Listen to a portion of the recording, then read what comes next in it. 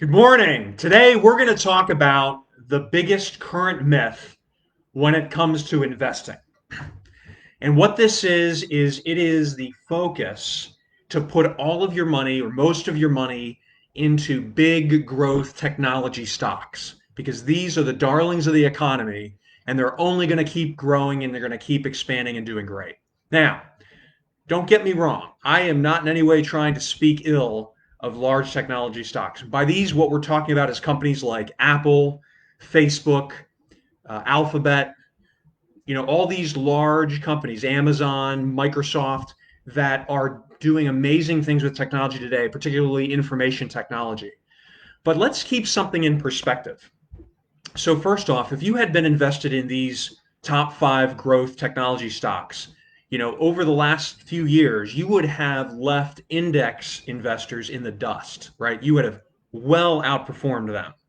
But investing in them now, right now, you're paying a pretty expensive price for them. You're really paying a premium because there is a lot of belief still that they will continue to grow. In fact, the top five technology companies make up 20% of the entire US stock market value. I mean, Apple alone makes up 6%. I think that's the number 6% of the entire US stock market. That should give you warning that these stocks are expensive. If you look back in history, you find that frequently at the beginning of each decade, you'll have stocks of some kind that dominate the market. In no case in the last 100 years has the same company that dominated at the beginning of that decade dominated at the end. And for that reason, I want to warn you that one of the biggest myths today is the belief that you need to take a lot of your money or most of it and put it in these big tech growth stocks. I'm not saying you shouldn't have some exposure to them. I'm not saying you shouldn't own some of them. However, over the long term, value stocks outperform growth stocks. And that is something that you should always make sure you're properly weighted in. Keep something in mind.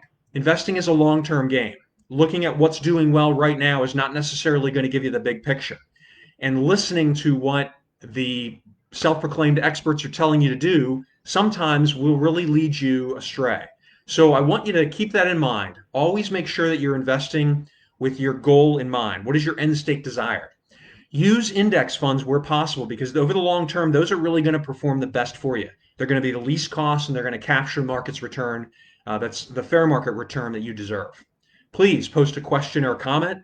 Send me a private message if you want to talk about it privately. I always enjoy reading your comments. And until next time, I wish you unlimited success.